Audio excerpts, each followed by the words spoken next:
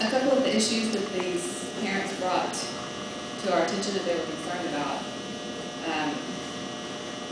that are in the bylaws are specifically that we haven't been posting meetings. We are supposed to be posting them 10 days in advance, which we are going to start doing. We already have in the office at the school. And all parents, faculty, staff are welcome to come to these meetings. If you want to address the board at the meeting, there's time allotted for that. We just ask that you give written requests 7 days in advance so that we can be prepared as a board with how to address that. And also the meeting minutes need to be posted. I have all of them if anybody's interested. We just need to be having them in the office for people to have access to should they want to see them. And the other main thing about the bylaws that we haven't been following is the active member process. There's basically 3 types of members of the Summit Corporation. There's associate members, which is all parents, anybody paying tuition, and employees, and they may attend the meetings. There's also active members, which it involves an application and board approval, and they can also attend meetings. They can vote at one of the 2, they can vote at the corporation meetings. They must attend one of the 2 corporation meetings that happen each year. And then there's honorary members, which are basically elected members that have just had meritorious service to the school, and they can attend also any meetings. But we are already we're discussing who to sponsor as active members. Some of you might want to know more about that, and definitely please contact us. There's an application process for that that's laid out in the bylaws. It's kind of specific. But anybody that wants to apply for that, please do so.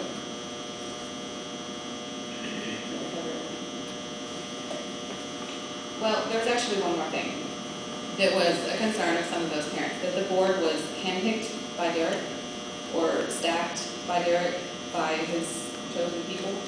And that is not true. I assure you it is not. I personally called the office and said, how do I get on the board?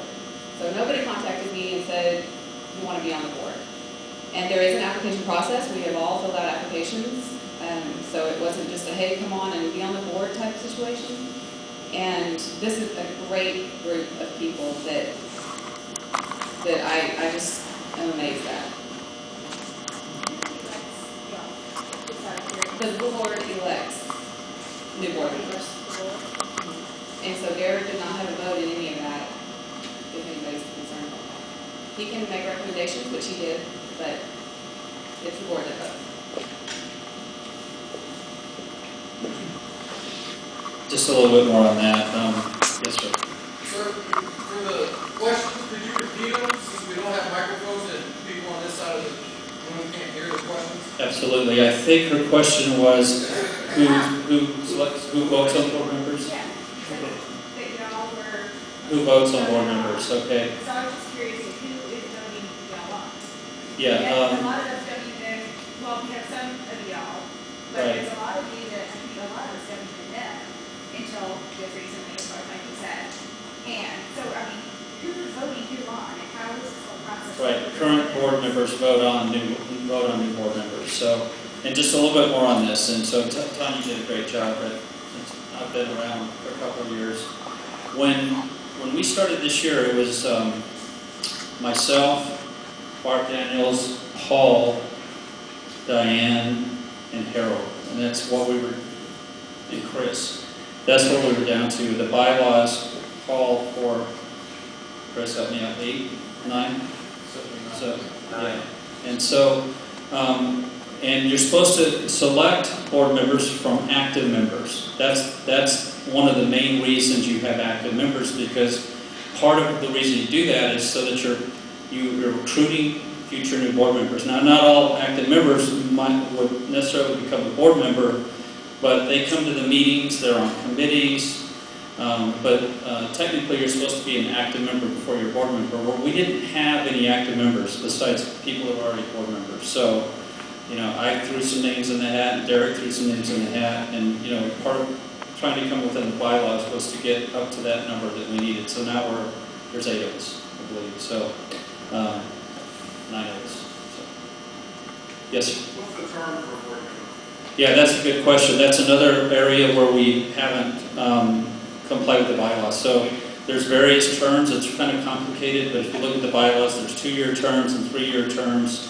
And that's one of the things we'll be doing in the next board meeting, is setting terms for all the current board meetings so that we can roll out. It's a very healthy process for boards to have board members roll out.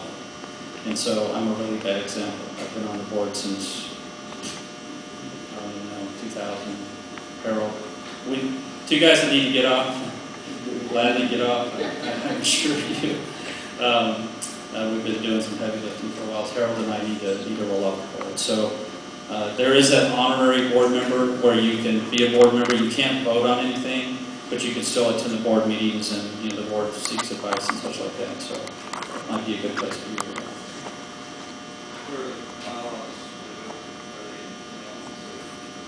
We have them in emailable full format. We do have, I know, at least one hard copy in the office, and we can make more copies available. But I have an emailable format, so I think my email is on the listing of the parents at the school. So if anyone wants a copy of the bylaws, if you just shoot me an email, I can shoot one over to you in electronic format.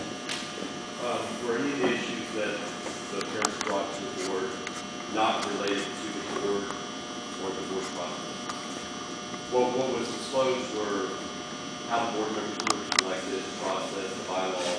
Were there other issues, or were all the issues related to the board? Okay, so the question, yeah, so the question was, were the issues that the group of parents brought to us issues just related to the board non-compliance?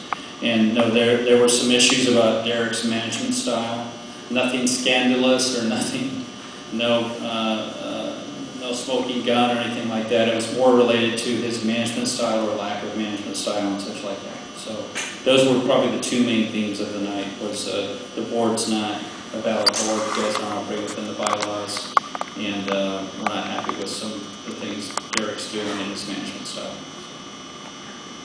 Okay, let me kind of jump back in the format. Just a real quick question. Would it be an opportunity for the board to have a little bit more outreach to the parents instead of maybe posting stuff in the office when there's a board meeting, or having us email you or somebody for the bylaws, just to go ahead and do some outreach? Yes. As a marketing opportunity for the board? That's a real good question. Everyone hear him? He's got a good loud voice. So he wants to know if there's a opportunity for us to communicate better and to reach out to parents better about board meetings and such like that. And so what we're going to do, and just to add on what Tanya said, is the postings are going to be much more visible. Like this meeting, there's a posting in Building 5 and a posting in the main office. And we're going to put it in a weekly newsletter. So in the weekly newsletter, those go out on Fridays. We'll keep that in there when the time and the date is. So. What about on the marquee as you enter into, is it on that? We have not put it on the marquee, but that's a good suggestion. We can definitely consider that. Do we have a marquee?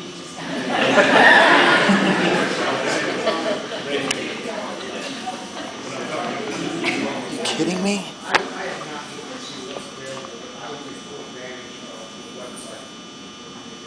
Okay, his suggestion is to post on the website as well, so that's a really good idea. I think there's a section on there for activities or for parents.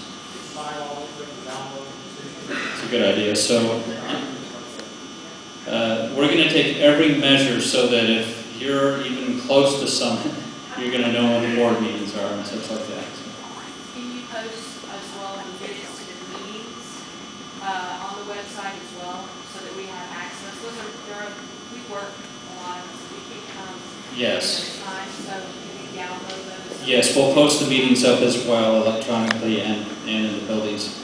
I do want y'all to know though, the meetings, there's always a 1-month delay because we do the meetings, the secretary takes the meetings, they have to be approved at the very next board meeting before they can be published to make sure they're accurate. So there will be a 1-month delay on meetings So let me kind of get back on track here and go through our opening statement, and these are great questions, and we'll field some more questions once we get through this. So I talked about communication and conflict resolution.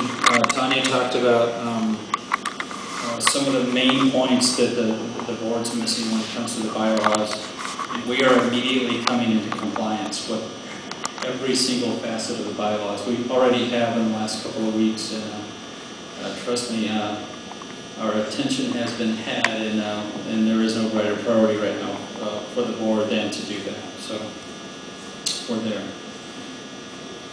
Another question that's been raised is, with all of this, what is the projected financial condition and the viability of the school moving forward? And so Jared, our treasurer, is going to come up and address that issue. Right as I was driving in here, I had Dr. Cortez call Kim Walker, who's our registrar, said, I need a number. What's enrollment looking like for next year? And she was hesitant to give a number, but she said, if you need a number right now, with the folks that have signed their kids up already, and the applications that I have on my desk were around 300. So that's a number that's it's a healthy number compared to the last 2 years. It's a little bit ahead of where we were last year at this time. So, you know, that's, we were, if you go back a month ago, it's 280, and Barb Daniels, I think, it said 265. So, yeah. So, anyway, let me turn it over to Charity to talk to you a little bit about. We've taken care of this already. Actually, in Rick's introduction, he mentioned a little bit about how the school operated for the last several years, and that's primarily relying on a couple of benefactors to fill in the gaps. So what that means is the school had a budget that exceeded the revenues that came into, that the school brought in. This past year, the school had been operating on a balanced budget, and I'm happy to say, and just be associated with the management of the school, they've actually, as of March, they've managed their expenses to where they're about $100,000 ahead of budget. So they're $100,000 better than what they anticipated, and we expect that going forward. So the school, as we stand today, is probably as healthy as it's ever been in the history of the school. So I know there were some concerns and questions thinking that this meeting was going to be about the school shutting down again. That's farthest from the truth. So, as I mentioned, the school is ahead of budget and projecting to continue on that path. And Rick kind of stole my thunder a little bit as we look forward.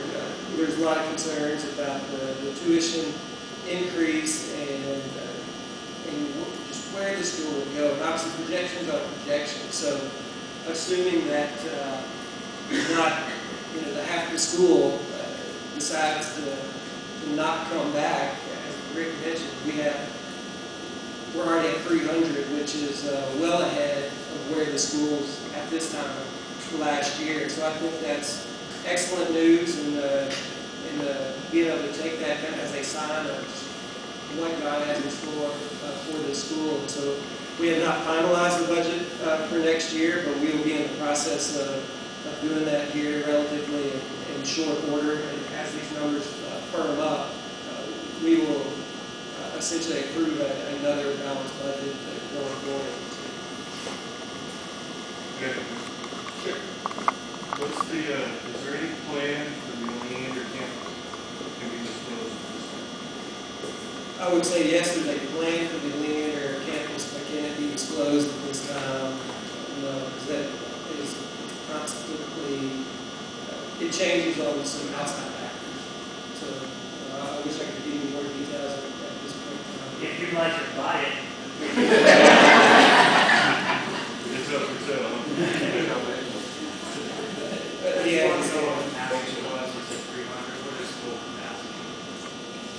Yeah, that I don't have off the top of my head. Now the budget numbers, we planned all around 315, 320. So you can see we're pretty close to what we had expected.